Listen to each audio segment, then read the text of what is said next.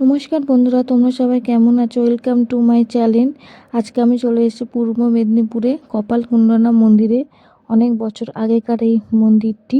এখন এখানে অবশ্যই ঠাকুরের কোনো মূর্তি নেই, মূর্তিটা দুটো রাস্তায় করা হয়েছে। এই সেই জায়গা যেখানে হচ্ছে কাপালিক নবকুমারকে এখানে দড়ি দিয়ে বেঁধে রেখেছিল এই জায়গাটা, তাকে বলি দেবার জন্যে। এই যে দেখো কত বছর পুরনো। এর ভিতরে একটা দরজা আছে, এই দরজা দিয়ে, ওই যে দরজাটা দিয়ে নবকুমারকে নিয়ে কপালকুণ্ডলা এখান থেকে পালিয়ে গেছিল। এই দেখো গেছে এই জঙ্গলটি, এখানে আমরা চলে এসেছি। আর যদি ভিডিওটি ভালো লাগে তাহলে প্লিজ চ্যানেলটি সাবস্ক্রাইব করবেন আর ভিডিওটি শেয়ার করবেন।